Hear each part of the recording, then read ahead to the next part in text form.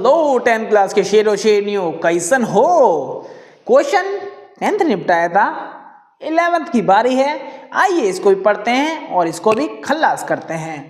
तो भैया जी पहले ही सुधार नहीं बोल सकते इसको, आपकी टाइम बचत के लिए डायग्राम हाजिर है और क्वेश्चन भी हाजिर है। सिर्फ क्वेश्चन पढ़ना है और भैया डायग्राम तो सामने है ही, तो कोई समस्या तो है ही नहीं आप लोगों को। तो स्टार्ट करें क्वेश्चन। तो क्वेश्चन थोड़ा हटके है, थोड़ा सा हटके हैं, तो देखते हैं कितना हटके है, हमारी बुद्धि से कहां जाएगा दूर। तो पढ़ते हैं क्वेश्चन।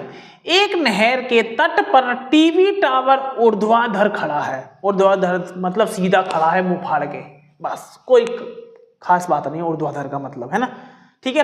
टावर के ठीक सामने दूसरे तट के एक बिंदु से टावर के शिखर का उन्नयन कोण 60 है। यानी तू पहले गायब होगा फिर हमें समझ आएगा।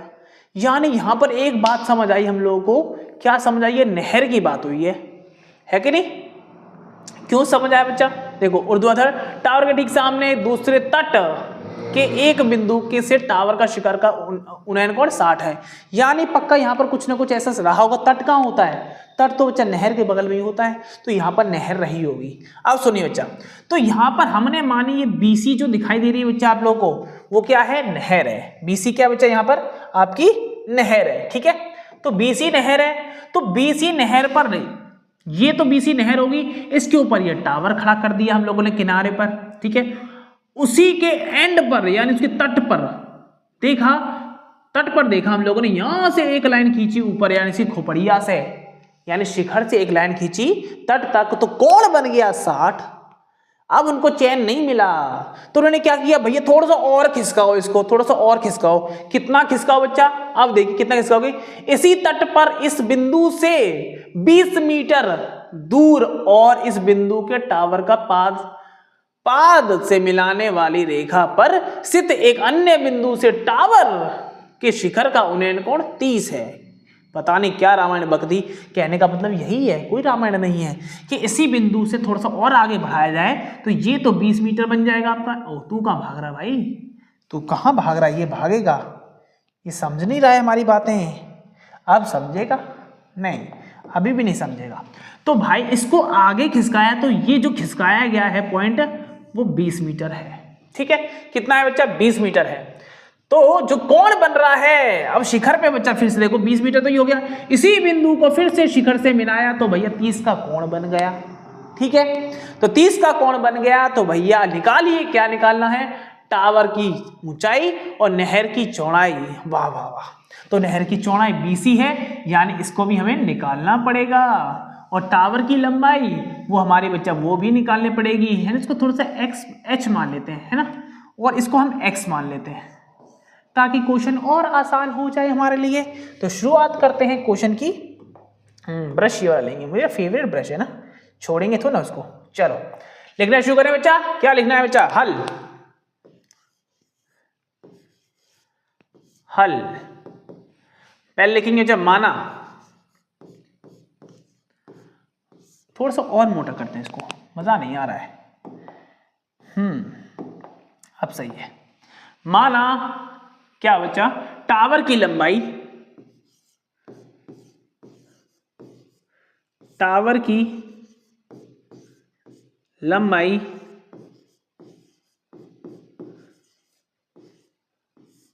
H मीटर है। H मीटर है, मीटर मोटर बाद में लगा लेंगे ना। H मीटर है और नहर की लंबाई, नहर की लंबाई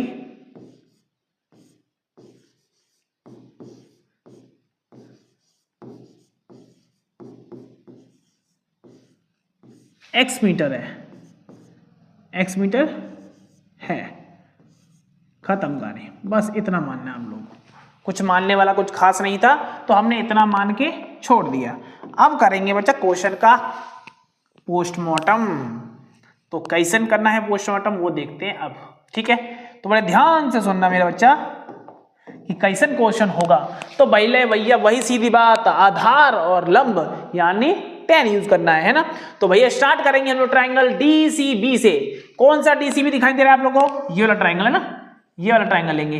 तो ट्राइंगल DCB में त्रिकोण DCB में जो भी खेला जाएगा किसमें, DCB में खेला जाएगा। तो लगाते हैं tan थीटा बराबर लंब बट्टा आधार। लंब कितना है, टावर की ऊंचाई h, टावर की ऊंचाई h, और आधार कितना है बच्चा, आधार यानी नहर की चौड़ाई वो कितनी है, x। ठीक है, बात क्लियर हुई है। अब देखिए बच्चा, यहां लंबाई की जगह आप चौड़ाई लिख लोगे तो ज्यादा अच्छा रहेगा।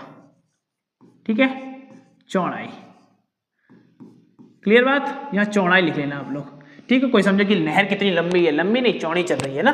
तो भैया tan थीटा, थीटा का मान कितना है 60, तो tan 60 डिग्री बराबर h बट्टा x। तो भैया tan 60 का मान कितना होता है, √3। आप जानते हो, इतने तो क्वेश्चन कर ही लिए हम लोगों ने, है ना। क्रॉस मल्टीप्लाई करते हैं इसको, कैची गुणा, तो h का मान कितना आ जाएगा बच्चा, देखो h का मान कितना है, h अकेला रह जाएगा और x गुणा हो जाएगा √3 के साथ, x √3। ये हमारी समीकरण 1 तैयार हो गई। ठीक है, एक समीकरण। ठीक है, अब बढ़ते बच्चा अगली समीकरण पे, दूसरी समीकरण बनाएंगे हम लोग। तो दूसरी समीकरण के लिए आप लोग को देखना पड़ेगा एक खेला। तो भाई साहब, जो बड़ा ट्राइंगल है DCA, हम इसको यूज करने वाले हैं। तो इसकी जो ये लंबाई है इसको देखना पड़ेगा आप लोगों को। कैसे देखना पड़ेगा बच्चा, ये तो 20 है और प्लस में ये x भी जुड़ेगा इसके साथ, क्योंकि आधार होता है वो पूरा होता है, न कि छोटा सा हिस्सा, है ना। इसको 20 थोड़ा काउंट करोगे अकेला, आधार तो बच्चा पूरा CA तक है ना, या AC तक है ना। तो AC का मान कितना हो जाएगा बच्चा, 20 + x, यानी हम लिख सकते हैं क्या, AC बराबर कितना, 20 + x। ठीक है, क्योंकि हमें ये आगे काम आएगा, इसलिए मैंने ये पहले ही आपको समझा दिया। तो ट्राइंगल चेंज करते हैं इस बार, कौन से ट्राइंगल में खेला खेलते हैं इस बार, DCA में।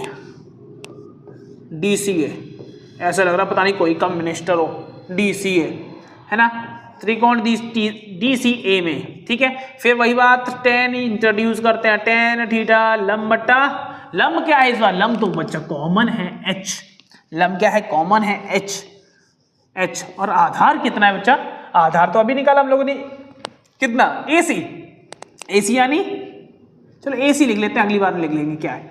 ठीक है, चलो, तो tan थीटा का मान 30 डाल दूं क्या, थीटा का मान कितना, 30, तो tan 30 बराबर h का मान तो हमें पता नहीं चला है अभी तक, और AC का मान अभी पता किया है हम लोगों ने, तो 20 + x होने वाला है। ठीक है, tan 30 का मान 1/√3 है ना, और सामने h हमें अभी तक नहीं पता चला है, और 20 + x।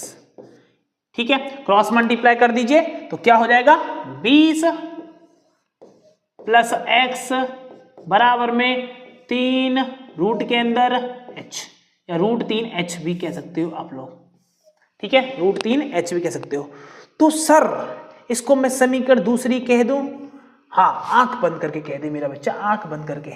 ठीक है, अब देखिए बच्चा, समीकरण 1 और 2 से, समीकरण 1 और 2 से करें कलर चेंज, लो कलर का चेंज कर लिया हम लोगों ने। ठीक है, तो देखिए समीकरण 1 और 2 से देखा जाए, हम h का मान जान गए हैं, h का मान कितना है, x √3, तो इसकी जगह हम डाल देंगे ना बच्चा, h को दफा करेंगे और x √3 लिख देंगे।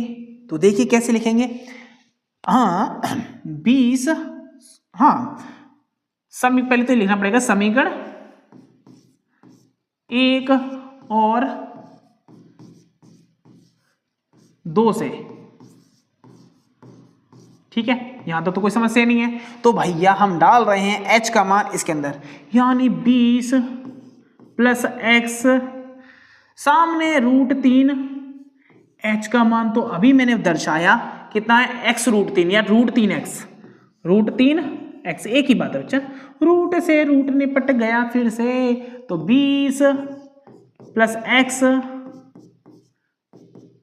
ठीक है, सामने क्या है, 3x है ना, है।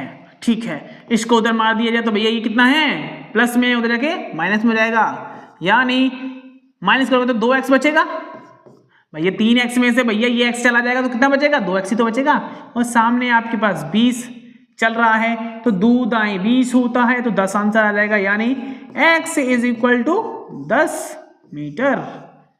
ओ माय गॉड, हमने x निकाल दिया है ना, x निकाल दिया, यानी नहर की लंबाई आ गई, x हमने तेरा वैल्यू निकाल दिया, कितना 10 मीटर चौड़ी है हमारी नहर। अब बचा है वैल्यू किसका, h का। तो h का वैल्यू निकालने में कौन सा हमारी दिक्कत है, x की वैल्यू निकाल आई है। तो भैया x समान समीकरण 1 में रखने पर देखो संबंध वही है जो हमने पिछले क्वेश्चन में किया था, डिट्टो कॉपी वैसे ही चल रहा है, ठीक है। तो x का मान डालूंगा समीकरण 1 में, यानी समीकरण 1 में x का मान रखने पर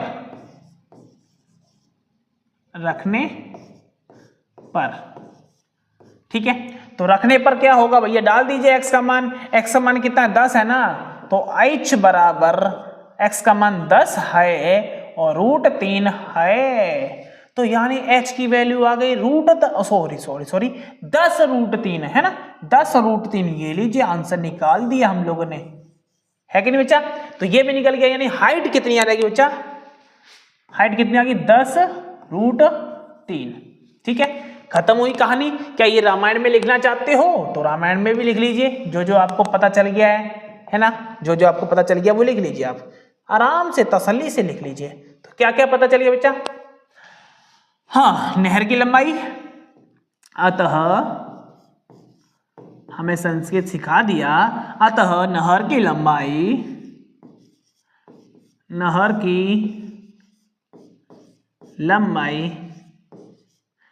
नहीं चौड़ाई, हम पहले तो सुधारे हैं, चौड़ाई हम सही लिख रहे हैं क्या, चौड़ाई हिंदी हमारी ढीली है रे बाबा, चौड़ाई 10 मीटर और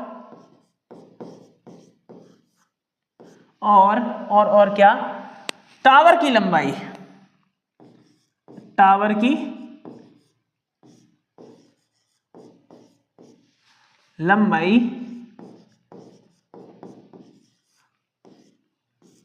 कितनी बचा, टावर की लंबाई हमारी निकली 10√3 मीटर होगी। ये हमारा अंदाजा नहीं, ये हमारी कसम है, सही निकला है हमारा आंसर। ठीक है, क्या है बच्चा, नहर की चौड़ाई 10 मीटर हो गई है और टावर की लंबाई 10√3 हो गई है। ठीक है, क्वेश्चन फिनिश।